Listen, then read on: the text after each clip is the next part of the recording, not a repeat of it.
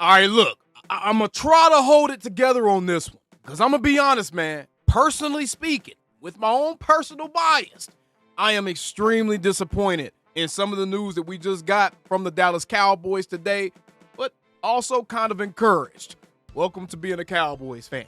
You gon' for sure get the best of both worlds, whether you like it or not. Let's get right into it as the Dallas Cowboys have formulated majority of their practice team. As I just alluded to, they released 2 cornerbacks and signed 2 cornerbacks. And we're actually going to take a look at some film study on one of those guys. And Micah Parsons is filing a grievance.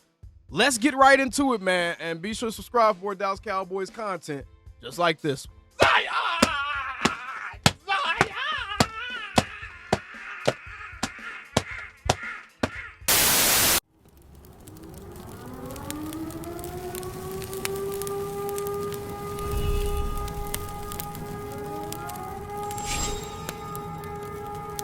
Shut your up.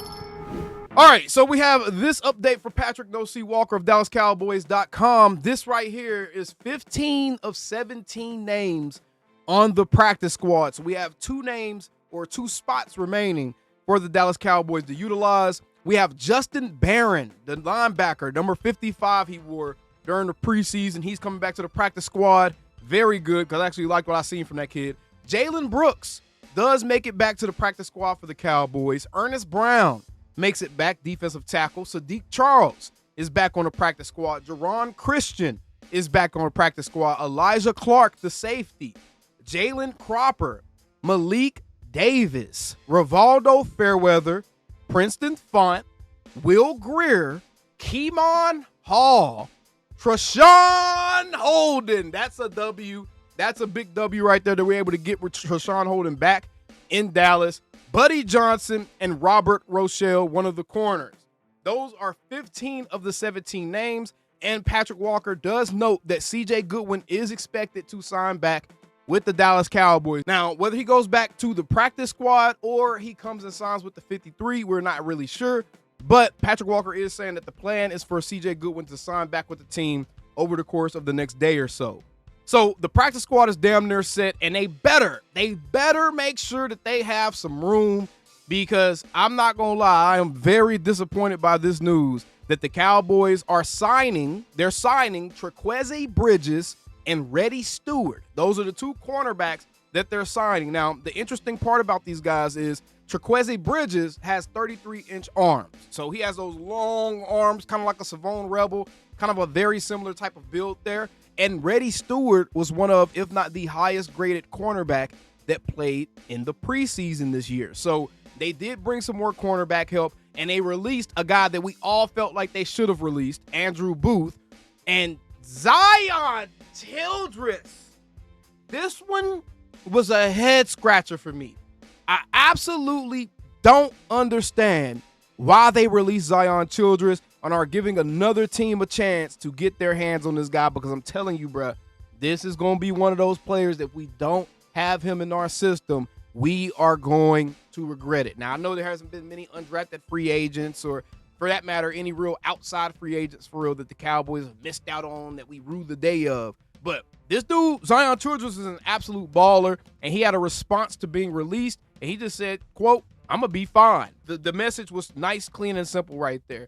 And I do believe he's going to be fine. And like I said, he is going to be a dog no matter where he ends up signing. I hope he's able to make it back to the Cowboys practice squad, because I absolutely want this young man a part of our team. I think it's best for that defensive back room, and he's one of our better tackling defensive backs on the team in general, even with the ones. He's one of our better tackling defensive backs. So you got to bring Zion Childress back. Now, Treshawn Holden said 80 ball as it pertains to him being brought back to the Cowboys.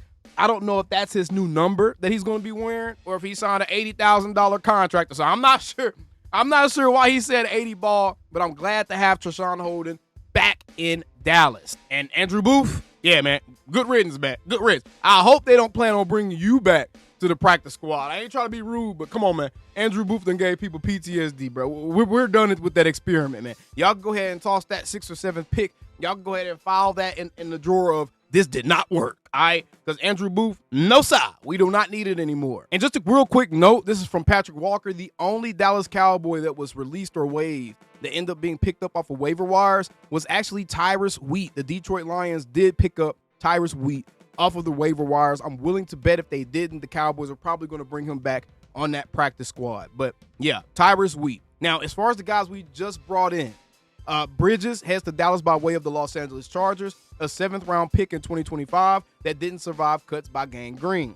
No stranger to bright lights. However, he spent his collegiate career putting plays on film for Oregon before ultimately transferring to Florida in 2024. He'll now reunite with rookie linebacker Shamar James in North Texas. As for Steward, a former undrafted free agent who signed on with the Chicago Bears in 2024, he has also had a stint with the Minnesota Vikings this offseason before being waived late in August. Hailing from Troy, the young defensive back was a 2-time first-team All-Sun Belt talent in 2022 and again in 2023, hoping to parlay his collegiate success to the NFL level. All right, guys, let's go ahead and before we get into this brief film study of what Trikweze Bridges actually looks like as a player, let's take a look at this story featuring Micah Parsons having a pending grievance over his 5th-year option salary. I'm going to be completely honest, y'all. Before we even read this, and this is just my honest opinion, I'm not trying to disparage anyone or anything else like that. This is my honest opinion.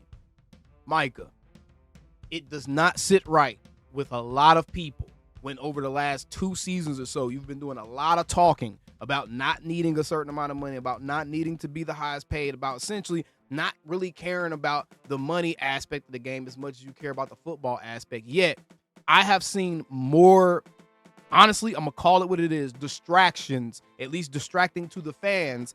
I've seen more distractions concerning money with you and your contract situation and your contract year than I have seen with any other player since I've been really following the team, man. I have not seen this amount of drama just tied to any guy's contract offseason in forever. I don't know if I've ever seen this amount of drama, and this is before even reading this article. Let's read this article.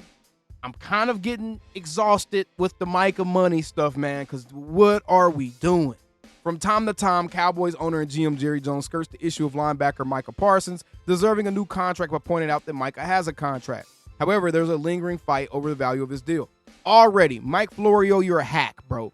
This whole site at this point, Pro Football Talk, this whole site at this point is built to perpetuate narratives by Mike Florio to essentially rip a shred apart the NFL. Has he ever posted anything positive about the sport that he actually covers that he's made his money on? Absolutely not, bro. Micah is not a linebacker. He hasn't been a linebacker for real since he came out of Penn State. He hasn't been a linebacker for real since his rookie season. Micah is an edge rusher. Micah is a defensive end, bro. All right. Per a source with knowledge of the situation, a grievance was filed earlier this year regarding Parsons' 5th-year option salary. The Cowboys and the NFL have his salary at $21.324 million. Parsons believes his salary should be $24 million. So again, right there, you're already taking more money off the table. And look, I get it. You're supposed to get every single dime, but bro, you can't go around talking about how you want them to leave money on the table and you're willing to leave money on the table, all this other stuff so you can get help. And then you're literally going through links that we have never seen before to scrape every single penny away from the team, bro. And again, if it's your money, you deserve it. But bro, this is, I would be remiss and I wouldn't be being authentic if I came up here and didn't act like this doesn't come off as, it's kind of hypocritical, man. That's what it comes off as. Because you told us for a year and a half you don't care about the money, but now everything is about the money. Everything is about the money, man. What are we doing? Most resources already show Parsons as having a $24 million salary, including the NFL Players Association public player salary database. But the true number from the NFL's perspective, pending the resolution of the grievance, is the lower amount. The issue arises from the position Parsons plays. The Cowboys have him listed as a defensive end, which he is, which he's played as, which he himself has said over and over again. Oh no, I don't want to come off the ball. Oh no, I want to rush the passer. I want to get out the quarterback. He himself has said things that will make you believe that he has no interest in actually being a real linebacker, bro.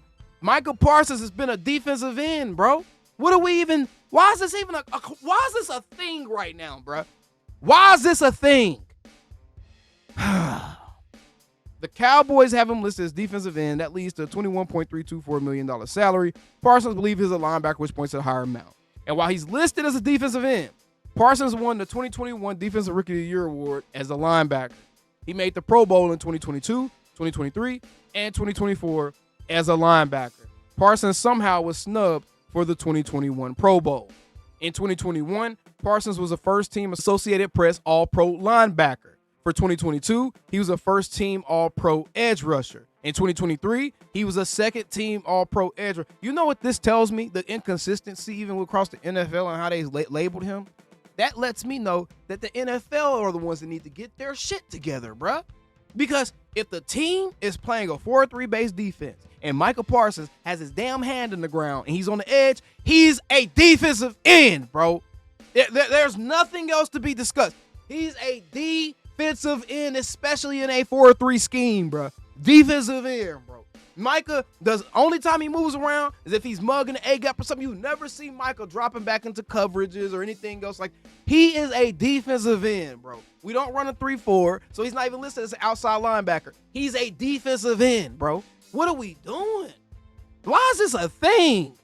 Why is this a thing? The collective bargaining agreement provides that the fifth-year option will be calculated based on a position at which the player participated in the most plays during his third lead year. And so the grievance ultimately will be driven by, based on the CBA, a one play at a time calculation of whether he was a linebacker or a defensive end. Throw in a reality that linebackers often line up as edge rushers, and the process becomes no. Mike Florio, you don't know ball. Shut your bitch ass up, bro. No. The only time you see linebackers lining up on the edge is in a 3-4 defense. And at that point, they are listed as outside linebackers. No football. The base concept for the Cowboys is 4-3. Micah plays off the edge. There's 3 guys behind him in his base defense. Those are all linebackers. He's a damn defensive end, bro. Oh my gosh. Given the blurred lines between it. No, it's not blurred lines. It's just packages. Packages that have been around for all of eternity, bro. It's just another point of contention between Parsons and the Cowboys as the final year of his rookie deal commences. This isn't a grievance against the Cowboys because the Cowboys aren't the ones who set Micah's position for that fifth-year option, bro. The Cowboys are not the ones who set his position. The NFL set his position. This is a grievance between Parsons and the damn NFL. Mike, you hack Florio. Oh my goodness. Let's go to the next part, bro. Because that dude just kind of irritated me with that. Let's go ahead and take a look at Trikweze Bridges being signed to the Cowboys by Matty Dubs. This is Matty Dubs' YouTube channel. Let's take a look.